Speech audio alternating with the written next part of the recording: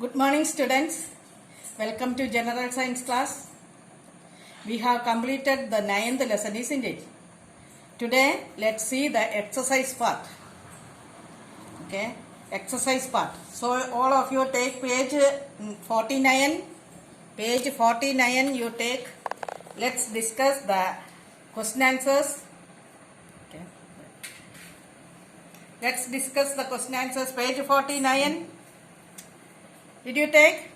Okay, see the first question.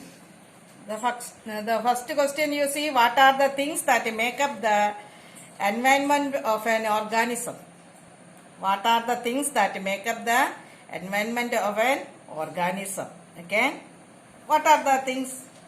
Okay, the environment of an organism includes everything that surrounds and affects an organism. For example, see the air, the soil, climate, plants and animals. Okay, air, soil, climate, plants and animals. Okay, then come to second question. Name the things that make up the abiotic components. Abiotic components. Okay. The abiotic components of the environment is made up of non-living things such as air, water, soil, light. Okay. The abiotic components of the environment is made up of non-living things such as air, water, soil and light. And third question. Mention one way in which animals help plants. Animals help plants to disperse seeds. Okay. Animals help plants to disperse seeds. Fourth question. How do decomposers help to maintain the balance of minerals in the soil? Okay. How do decomposers help to maintain the balance of minerals in the soil? Plants take up the minerals from the soil and animals get these minerals when they eat the plants. And when animals and plants die, decomposers digest these waste and mix the minerals to the soil. Okay, thus the decomposers help to maintain the balance of minerals in the soil. Understand? Okay, then fifth question. What is food chain? And give one example. What is food chain? And give one example. Okay, animals depend on plants as herbivores eat plants, isn't it?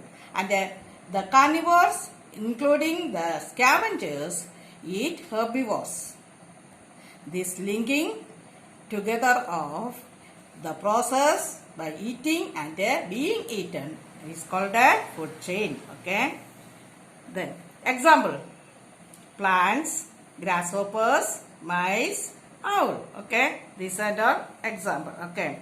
Then and the next question, what are the two processes that maintain balance of gases in the air? Okay. Two processes that maintain the balance of gases in the air. Respiration and photosynthesis maintain the balance of gases in the air. Okay. Respiration and photosynthesis. And you see the next question, what is water cycle and how does it help? The continuous movement of water from the earth by evaporation to the air and back by condensation is called a water cycle. And this is the nature's way of maintaining water, the balance of water in the nature. Okay, and that is there. And then come to fill in the blanks. Plants, animals and microorganisms make up the dash components of the environment. What it is? Biotic. Okay. Then come to second. Animals eat what plants make. So they are called consumers.